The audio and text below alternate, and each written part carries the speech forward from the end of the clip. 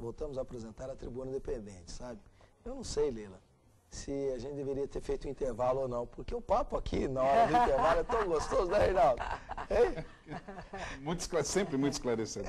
Tem muita Continua, coisa. né? Continua. Vamos continuar, né, no Leila? mesmo ritmo. Deixa eu fazer um registro antes do Reinaldo perguntar, mas é o seguinte, a Luísa Emico Siguiama de Oliveira, presidente da Câmara da Mulher, empreendedora e gestora de negócios de Cornélio Procópio, no Paraná. Uau. Ela disse que já te assistiu em março de 2009, em Curitiba, em comemoração ao Dia Internacional da Mulher, pela Câmara da Mulher, empreendedora e gestora de negócios Isso, verdade. do Sistema FEComércio do Paraná. Foi uma maravilha, nossa. Diz que adorou sua Tinha palestra. acho que mais de 1000 mulheres, foi uma coisa boa, né? Está feito o registro. Reinaldo Antônio Maria. Então, Leila, quais devem ser as principais estratégias e táticas para vencer a concorrência? O que você fala para os empresários? Então, eu acho que hoje nós temos que ter uma direção estratégica. Eu acho que essa coisa de planejamento estratégico é uma coisa meio que do passado, né? Tem gente que fica tanto falando em planejamento estratégico. Hoje nós temos que ter uma direção estratégica. Então, é o tempo inteiro, né? Isso até pessoalmente na nossa vida, nós estamos nos reavaliando o nosso caminho e está percebendo as influências, novos cursos, novas possibilidades, novos aprendizados, novos agregar, né? E é muito interessante que hoje as grandes empresas, elas têm os bancos de talentos.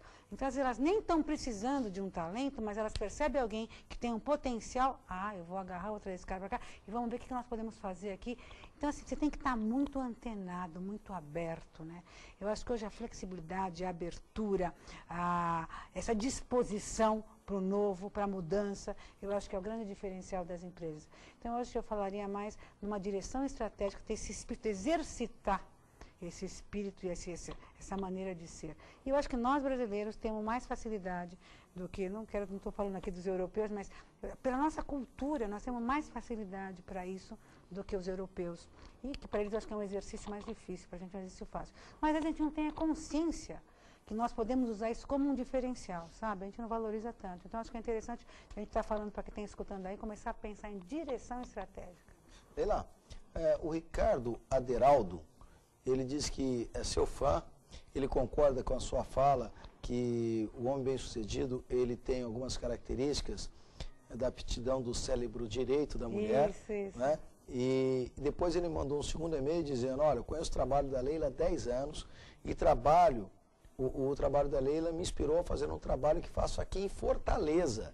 Ele é lá de Fortaleza. Ele tem uma ONG e trabalha com empreendedorismo social em Fortaleza, em comunidades carentes. Gosto muito do trabalho da Leila. Parabéns pelo programa. Você vê que bacana, Que legal, Leila. que bom, né? Bom a gente ver que, né, existe uma rede, né? Ô, Leila, boa ideia. Tem um outro telespectador que entra. Olá, Leila, gostaria de ser conferencista como você. Me identifico em ajudar os outros.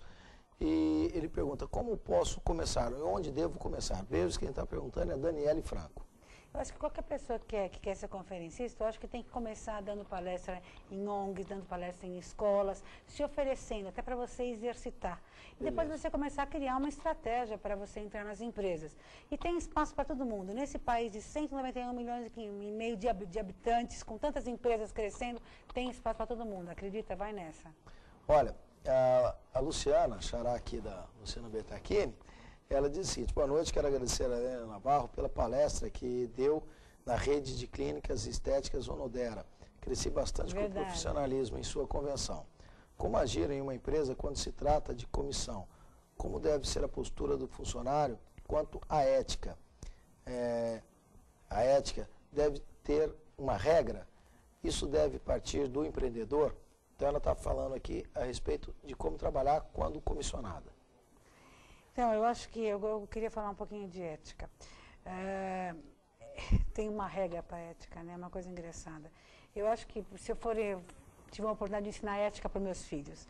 E uma filha minha chegou para mim e falou assim, mãe, ela já adulta agora, elas iam viajar e a pessoa que elas fizeram a reserva de um hotel por telefone, e quando a pessoa fez o cálculo da reserva, ela deu o cálculo menor, um cálculo errado. E a minha filha percebeu que o cálculo estava errado, junto com as amiguinhas dela, todo mundo meio estudante sem dinheiro, E elas, em vez de falarem para a pessoa, olha, você fez o cálculo errado, elas não falaram, elas falaram assim, olha, você não quer rever o cálculo? Porque, olha, nós vamos ficar tantos dias, tal hora, para ver se a pessoa se ajeitava ou se continuava errado. E pela segunda vez, a pessoa errou o cálculo e fez a menos. Então, elas chegaram para mim, ela com as amigas, ela falou, mãe, o que você acha? A gente vai lá e já vê que Deus que está mandando, nós vamos pagar mais barato. Ou a gente deve falar alguma coisa. Então, eu falei para ela o que eu quero falar para você. Eu falei para ela, olha, se aparecer na primeira página do jornal, fulano de tal, mas fulano de tal, aproveitaram que a outra errou e aproveitaram, pagaram menos tal, você não vai se incomodar? Você acha que não tem problema nenhum? Então, você vai lá. Se isso sair na primeira página do jornal e te incomodar, é porque não é para fazer. Então, eu acho que isso todos nós sabemos, o que é certo e o que não é certo, o que incomoda e o que não incomoda. E eu queria aproveitar, eu sei que eu tenho que dar resposta curta, mas eu tenho que falar isso aqui, não, porque isso eu preciso falar. Monteiro, isso eu preciso falar, porque você vai adorar o que eu vou falar aqui agora. É o seguinte, há uns 2 anos atrás, ou 3, o que aconteceu? Um cara no aeroporto de Guarulhos achou uma mala de dinheiro. Ele achou uma mala de dinheiro e ele entregou para a polícia.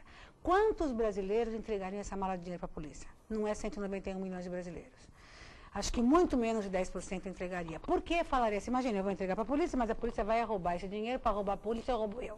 Porque é a mentalidade do brasileiro, que acha que todo mundo quer tirar vantagem em tudo. Está mudando esse país e nós temos que começar a perceber isso. Pois o homem entregou para a polícia, e a polícia entregou para o dono do dinheiro, para você ver que o mundo está mudando.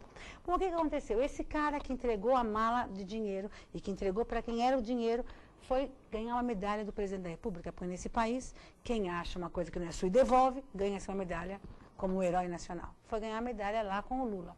Quando chegou lá para ganhar a medalha do Lula, o que o Lula fez? Deu a medalha, e daí o Lula falou assim para ele, olha, querido, parabéns, você achou o dinheiro, tal, deu o dinheiro, tal, e está ganhando a medalha, mas eu queria dizer uma coisa para você, achado não é roubado.